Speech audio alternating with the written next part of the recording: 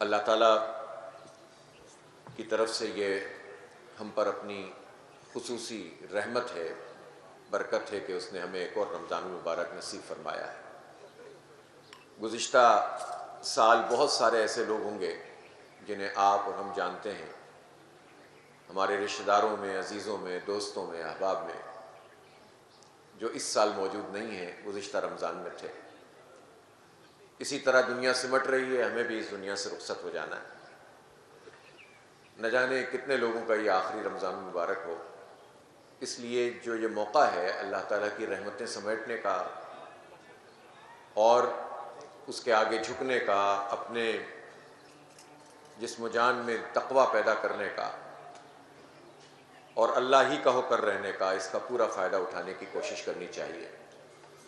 رمضان المبارک میں جس مقصد کے لیے اللہ تعالیٰ نے یہ روزے ہم پر فرض کیے ہیں، وہ اس لیے ہے کہ ہمارے دل میں تقویٰ پیدا ہو۔ اور تقویٰ کیا ہے؟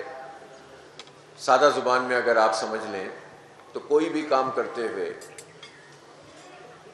انسان یہ سمجھے کہ اس کے اس غلط کام سے، اگر ہم کوئی غلط کام کرنے کے لیے آمادہ ہو رہے ہیں، ہمارا نفس آمادہ کر رہا ہے،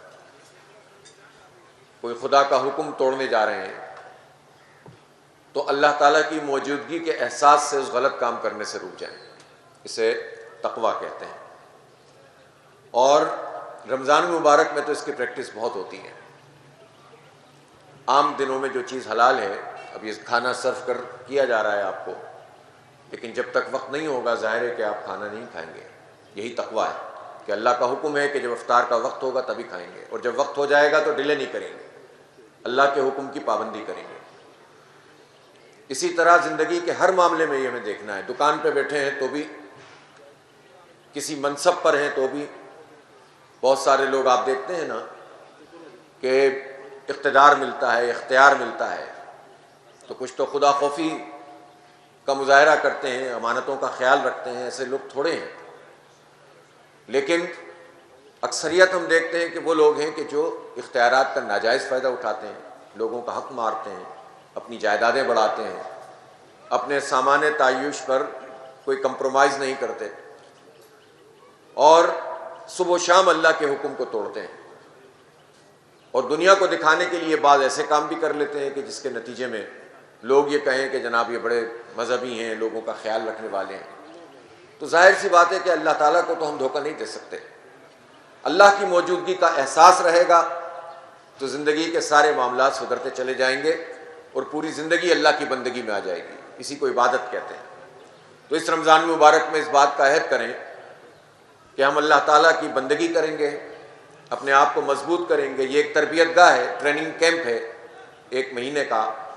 اس ٹریننگ کیمپ میں ہماری ٹریننگ ہوگی تو ہماری پوری زندگی اس کے مطابق ہوگی۔ یہ نہیں ہوگا کہ ٹریننگ تو کر لی ہم نے اور اس کے بعد جب موقع آیا کام کرنے کا، عمل کرنے کا، تو وہ ٹریننگ ایک طرف رہ گئی۔ مختلف دفتروں میں لوگوں کو ٹرین کیا جاتا ہے اور اس پہ بڑے پیسے لگائے جاتے ہیں، لیکن اگر کوئی انتظامی امور کی ٹریننگ کسی کو مل رہی ہو، کسی کو اکاؤنٹس کی ٹریننگ مل رہی ہو، کسی کو مارکیٹنگ کی ٹریننگ مل رہی ہے، کسی کو آئی ٹی کی ٹریننگ مل رہی ہے، اور وہ ٹریننگ تو بڑی خشوع و خضوع سے کرے، لیکن جب کام کرنے کا موقع آئے تو کام نہ کرے، تو ظاہر آفس والے کیا کریں گے؟ کمپنی کیا کرے گی؟ آپ کو فارغ کر دے گی۔ تو اللہ تعالیٰ نے ہم پر یہ کرم کیا ہے رمضان مبارک کی صورت میں، تو اس بات کا عہد کریں کہ ہم قرآن پاک سے جڑیں گے اور اپنی زندگی کو سنوارنے کی کوشش کریں گے، اور اتنا عادی کر لیں گے اللہ کے دین کے مطابق اپنے آپ کو ڈھالنے کا کہ ہمارے بقیہ دن بھی ٹھیک طریقے سے گزریں۔ رمضان کا مہینہ قرآن پاک کا مہینہ ہے، اور قرآن پاک اس کو پڑھنا بھی ثواب ہے، اس کو سمجھنا ضروری ہے، اس کے مطابق عمل کرنا ہے، اس کو پھیلانا ہے اور اس کے نظام کو قائم کرنا ہے۔ رسول پاک صلی اللہ علیہ وسلم پر یہ قرآن نازل صرف اس لیے نہیں ہوا تھا کہ اس کی تلاوت کی جائے گی، اس لیے ہوا تھا کہ اس کے نظام کو قائم کیا جائے گا۔ اور جس طرح بھی لیاقت صاحب فرما رہے تھے کہ یہ ملک تو ہم نے بنایا ہی اس وعدے پر ہے کہ یہاں قرآن کا نظام ہوگا۔ جب ہم قرآن کے نظام کی بات کرتے ہیں تو لوگ سمجھتے ہیں کہ یہ کوئی عجیب و غریب قسم کی کسی چیز کا نام ہوگا۔ آج کے زمانے میں بھی جب دینی معلومات بالکل واضح ہیں، ہر طرح کی چیز دستیاب ہے، لوگوں کے کانسیپٹ یہ ہوتے ہیں کہ قرآن کے نظام کا مطلب ہے کہ بس لوگوں کو گھروں میں بٹھا دیا جائے گا، پابند کر دیا جائے گا، سزائیں نافذ کر دی جائیں گی اور بس۔ حالانکہ قرآن کے نظام کا مطلب ہے عدل اور انصاف، کوئی آپ کا حق نہ مار سکے، کوئی آپ کا مال نہ کھا سکے، کوئی آپ کی زمین پہ قبضہ نہ کر سکے، کوئی آپ کو تعلیم کے، آپ کے بچوں کو تعلیم کے حق سے محروم نہ کر سکے، کوئی وراثت کا حق خود اپنے ہی خاندان میں کسی کا نہ مار سکے۔ آج کل عام قاعدہ ہوتا ہے کہ جب وراثت کی تقسیم ہوتی ہے تو اول تو لوگ اس میں ڈیلے کرتے ہیں بہت، لیکن پھر جب معاملات طے بھی کرتے ہیں تو بچیوں کا اور بہنوں کا اور خواتین کا حق مارنے کی کوشش کرتے ہیں اور طرح طرح سے بہانے بازی کرتے ہیں، اور یہ اللہ کی طرف سے مقرر کردہ چیز ہے۔ اسلامی نظام کا مطلب یہ ہے کہ تمام حقوق ادا کیے جائیں گے۔ اسلامی نظام کا مطلب یہ ہے کہ تمام لوگوں کے لیے مواقع ہوں گے۔ اسلامی نظام میں ایسا نہیں ہے کہ امیر نہیں ہوگا، مڈل کلاس نہیں ہوگا، غریب نہیں ہوگا، لیکن غریب کی غربت کی وجہ سے امیر کی عمارت نہیں ہوگی۔ حق مارنے سے کوئی امیر نہیں بنے گا، استحصال کرنے سے کوئی امیر نہیں بنے گا۔ ہمارے حکمرانوں کی طرح نہیں ہوگا کہ جن کی عیاشیاں ختم ہی نہیں ہوتی ہیں، دکھاوے کے لیے تمام چیزیں موجود ہوتی ہیں۔ ابھی آپ اس وقت صورتحال دیکھیں، اور ہمیں ان تمام امور پر بھی غور کرنا چاہیے، کہ اس لیے کہ دین ہم سے تقاضا کرتا ہے کہ جس زمانے میں آپ رہتے ہیں وہاں پر اگر ظلم ہے اور فساد ہے، وہاں جبر ہے اور انسانوں پر انسان خدا بن کر بیٹھ گئے ہیں، تو ایک دیندار آدمی کا کام یہ ہے کہ ایسے ظالموں، فاسقوں، فاجروں کو ان کے حق سے اور ان کے منصب سے معزول کرنے کی جد و جہد کریں۔ اسے اسلامی نظام کی جد و جہد کہتے ہیں۔ اب آپ دیکھیں، اس وقت آپ نے بھی 2 دن پہلے خبر سنی کہ ہماری وزیر اعلیٰ صاحبہ نے 11 ارب روپے کا ایک طیارہ 17 سیٹر خریدا، حالانکہ پہلے سے طیارہ پنجاب حکومت کے پاس موجود ہے۔ یہ کہاں کا انصاف ہے کہ جس ملک میں لوگ غربت کی لکیر سے نیچے زندگی گزارتے ہوں؟ آپ کو پتہ ہونا چاہیے کہ یہ بھی رپورٹ چھپی ہے اور خود حکومت کی طرف سے رپورٹیں آئی ہیں، ان کے اداروں کی طرف سے، کہ گزشتہ 6 سال میں 21.4 یا 5 سے 9 سے لے کر 28.8 پر غربت چلی گئی ہے۔ یعنی اس کا مطلب یہ ہے کہ 31.5% ملک میں غربت میں اضافہ ہوا ہے۔ اور جس پنجاب کے بارے میں اتنا شور مچایا جاتا ہے، اتنے اشتہار چلائے جاتے ہیں، ہر چیز میں جو ہے وہ اربوں روپے ہمارے ٹیکسوں کے پیسوں سے یہ اشتہار چلتے ہیں، تو یہ بات ہم سب کو پتہ ہونی چاہیے کہ سب سے زیادہ غربت میں اضافہ پنجاب میں ہوا ہے۔ یہ کیسی ڈیولپمنٹ ہے جس میں غریب بڑھ رہے ہیں، جس میں کسانوں کا حق مارا جا رہا ہے، جس میں 5 سے 15 سال تک کے بچے جس عمر میں ہوتے ہیں، پنجاب میں 1 کروڑ بچے آؤٹ آف اسکول ہیں، انہیں اسکول نہیں میسر آ رہا۔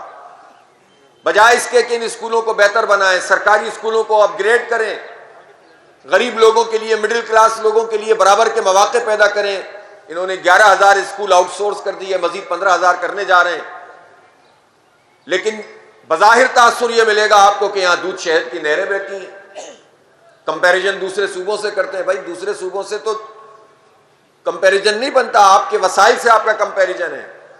آپ کی آبادی، آپ کے وسائل، آپ کے فنڈز، آپ کے ٹیکسز جو آپ کو ملتے ہیں، جو مرکز سے پیسے ملتے ہیں، اس کے لحاظ سے صوبائی حکومت کیا کر رہی ہے۔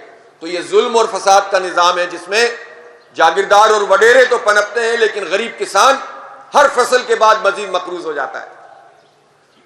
اور تعلیم جیسی چیز جو سب کے لیے فری اور کوالٹی کی ہونی چاہیے، یہ ہمارا آئینی حق ہے، اس کو بھی دولت میں تقسیم کر دیا ہے، پیسوں میں تقسیم کر دیا ہے، اور جو سرکار کی ذمہ داری ہے وہ اس کو ادا کرنے کے لیے تیار نہیں ہے۔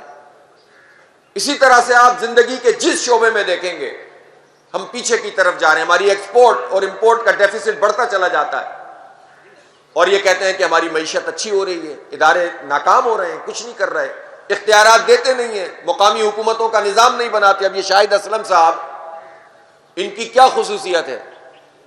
شاہد صاحب آپ کی کوئی خصوصیت ہے؟ ملک صاحب سن نہیں رہے، وہ یاد کر رہے ہیں۔ ان کی خصوصیت یہ ہے کہ یہ مقامی حکومتوں کے نظام میں کونسلر بنے، ناظم بنے، اور انہوں نے آپ لوگوں کی خدمت کی۔ مجھے کچھ کہنے کی ضرورت نہیں ہے، مجھے یقین ہے کہ تمام اہلیان علاقہ اس بات کی گواہی دیں گے کہ انہوں نے دن دیکھا نہ رات دیکھی اور لوگوں کی خدمت کی۔ الحمدللہ جینون لیڈرشپ نیچے سے ابھرتی ہے، لیکن جن کو خاندان کی سیاست کرنی ہوتی ہے وہ جینوئن لیڈرشپ کو آگے نہیں بڑھنے دیتے، وہ مقامی حکومتوں کو با اختیار نہیں بناتے، انتخابی نہیں کراتے۔ ابھی پنجاب میں ایک ایسا ایکٹ لے کر آئے ہیں کہ جو جمہوریت دشمن بھی ہے، عوام دشمن بھی ہے، پنجاب دشمن بھی ہے، سارے اختیارات پہ خود قبضہ کر لیتے ہیں۔ اس کے نتیجے میں کیا ہوتا ہے؟ خاندان پنپ جاتے ہیں، عوام کو کچھ نہیں ملتا۔ بظاہر چند چیزیں کرنے کے بعد، چند سڑکیں بنانے سے مسئلہ حل نہیں ہوتا۔ تو اس لیے یہ ظلم اور فساد کا نظام کی تبدیلی سے بدلے گا۔ چونکہ 78 سال میں سسٹم وہی چل رہا ہے، وہی بیوروکریسی، وہی ملٹری اسٹیبلشمنٹ، وہی اسی طرح جاگیردار اور وڈیرے اور وہی سرمایہ کی طاقت سے لوگوں کو غلام بنانا۔ یہ جو ہم آئی پی پیز کی مثال دیتے ہیں، 2000 ارب روپے سال میں ان آئی پی پیز کے ہاتھ میں پکڑائے جاتے ہیں، اس بجلی کے جو بنتی نہیں ہے، کیپیسٹی چارجز کے نام پر یہ پیسے ہم سے وصول کیے جاتے ہیں، ہمارے بلوں میں لگ کر آتے ہیں۔ لیکن ہم یہ سوچیں کہ یہ ہماری ذمہ داری نہیں ہے، اور ہم تو اگر دین کی طرف آ بھی رہے تو ہمارا کیا تعلق دنیا کے ان معاملات سے؟ یہی در حقیقت وہ غلط فہمی ہے جس کے نتیجے میں جو دنیا پرست لوگ ہیں، جو استحصال کرنے والے ہیں، وہ جو ظالم ہیں، وہ اقتدار میں رہتے ہیں، وہ طاقت میں رہتے ہیں، اور اچھے لوگ سمجھتے ہیں کہ ہمارا ان تمام معاملات سے تعلق نہیں ہے۔ نبی اکرم صلی اللہ علیہ وآلہ وسلم جو دین لے کر آئے تھے، جو کتاب لے کر آئے تھے، وہ نافذ ہونے کے لیے ہے۔ وہ صرف جو ہے وہ دنیا کے معاملات سے الگ تھلگ ہو کر پڑھنے کے لیے اور عبادت کرنے کے لیے دین نہیں ہے۔ اس لیے اس دین کو دنیا کا نظام بنانے کی جد و جہد کرنا ہر مسلمان پر فرض ہے۔ ہم جماعت اسلامی آپ سے یہی بات کرتی ہے۔ ٹھیک ہے، حالات جس طرح کے بھی ہوں، لیکن اللہ کا شکر ہے کہ ہم دیکھ رہے ہیں کہ چاروں طرف کے حالات میں ایک تبدیلی ہے۔ ابھی آپ نے بنگلہ دیش میں دیکھا، وہاں پر جماعت اسلامی پر کس طرح سے انہوں نے ظلم کیا، ان کی لیڈرشپ کو پھانسیاں دے دیں، انہیں غدار قرار دیا۔ انڈیا کا انفلوئنس پوری طرح سے حسینہ واجد کی حکومت میں تھا، 40-50 ہزار لوگوں کو جیل میں ڈال دیا، لیکن نظریہ موجود تھا، اور ایک ایسی پارٹی تھی کہ جو کسی شخصیت کی بنیاد پر نہیں چلتی تھی، نظریے عقیدے کی بنیاد پر اور ڈسپلن کی بنیاد پر چلتی تھی۔ اور جب نوجوانوں نے وہاں پر ایک جد و جہد کی اور حسینہ واجد کو بھاگنے پڑا اور انتخاب ہوا، تو وہاں جماعت اسلامی نے 3.25 کروڑ ووٹ حاصل کیے ہیں الحمدللہ۔ وہ جماعت جس کو غدار قرار دیا، جس کو نصاب میں یہ بتایا جاتا تھا کہ یہ غدار ہیں۔ تو یہ حالات صرف یہاں نہیں بدل رہے، فلسطین میں بدلے ہیں، مراکش میں بدلے ہیں، تیونس میں بدلے ہیں، مصر میں بدلے ہیں۔ ابھی سامراجی طاقتوں نے قبضہ کر کے رکھا ہوا ہے، اٹھنے نہیں دے رہے، لیکن کب تک نہیں اٹھنے دیں گے؟ تو آپ کے خیال میں کہ یہ حالات پاکستان میں نہیں بدلیں گے؟ بدلیں گے، لیکن اس کے لیے جینوئن لیڈرشپ چاہیے، اور لیڈرشپ کے چاروں طرف بھی دیکھنے کی ضرورت ہوتی ہے۔ یہ نہیں ہوتا کہ لیڈر اندر گیا، پارٹی 10 حصوں میں تقسیم ہو گئی، ایک دوسرے پہ الزام لگا رہا ہے، دوسرا تیسرے پہ لگا رہا ہے، لوگ پریشان ہیں کہ یہ ہو کیا رہا ہے۔ اس کے نتیجے میں کبھی کوئی انقلاب رونما نہیں ہوتا۔ انشاءاللہ ہم میدان میں ہیں، ہم اپنے حصے کا کام بھی انجام دے رہے ہیں۔ ابھی آپ کو بتایا شاہد اسلم صاحب نے اپنی جگہ دی ہے، اور بنو قابل کا آئی ٹی کا پروگرام جو اس وقت پاکستان کا سب سے پاپولر پروگرام ہے نوجوانوں کا، اللہ کا شکر ہے وہ چل رہا ہے۔ 13 لاکھ بچے، نوجوان لڑکے لڑکیاں اس سے رجسٹر ہو گئے، اور پورے پاکستان میں اس کے کیمپس بن رہے ہیں، اور 100% فری ہم بچوں کو پڑھا رہے ہیں، اس لیے کہ تعلیم ویسے ہی بہت مہنگی کر دی گئی ہے۔ ہم آگے کی بھی چیزیں انشاءاللہ تعالیٰ لے کر چلیں گے۔ بس میری آپ سے گزارش یہ ہے کہ صرف ہم آئیں بیٹھیں چلے جائیں نہیں، بلکہ آئیں مل کر جد و جہد کریں، مل کر کوشش۔ ہمیں آپ اپنی ذات کے لیے کچھ نہیں چاہیے، ہم اس ملک کو بدلنا چاہتے ہیں، مایوسیوں سے نکالنا چاہتے ہیں۔ یہ جو نوجوان کہتے ہیں کہ ہمیں اس ملک میں نہیں رہنا، بہت تکلیف ہوتی ہے ہمیں اس بات پر۔ یہ ملک اللہ نے ہمیں انعام کے طور پر دیا ہے، بڑی قربانیوں کے بعد ملا ہے، رمضان المبارک میں ملا ہے، 27ویں شب کو ملا ہے۔ یہ ایسا نہیں ہے اس پر چند لوگ اگر ناک بن کر بیٹھ گئے ہیں تو ان سے چھڑائیں گے قبضہ انشاءاللہ، لیکن یہ نہیں ہو سکتا کہ ہم سب یہاں سے چلے جائیں، یا ہم اپنے اپنے کاموں میں لگ جائیں اور اس ملک کو ان ظالموں کے رحم و کرم پر چھوڑ دیں۔ ایک بڑی جد و جہد کی تیاری کیجئے، آپ کے ساتھ مل کر انشاءاللہ خدمت بھی کریں گے، تعلیم کا کام بھی کریں گے، اور دین کے غلبے کی جد و جہد بھی کریں گے۔ اللہ تعالیٰ آپ کے روزوں کو قبول فرمائے، نمازوں کو قبول فرمائے، عبادات کو قبول فرمائے۔ ملک شاہد اسلم صاحب، ان کے اہل خاندان، اہل خانہ، اور خاص طور پر ہمارے ان کے والد محترم مرحوم ملک اسلم صاحب ہمیں بڑے یاد آتے ہیں۔ اللہ تعالیٰ ان کو کروٹ کروٹ جنت نصیب فرمائے کہ ایسا خاندان انہوں نے ہمیں اللہ تعالیٰ کی طرف سے خصوصی انعام کے طور پر انہوں نے تربیت کے ذریعے سے ہمیں دیا ہے۔ ہم سب کو بھی اپنے والدین کے لیے صدقہ جاریہ بننے کی توفیق عطا فرمائے۔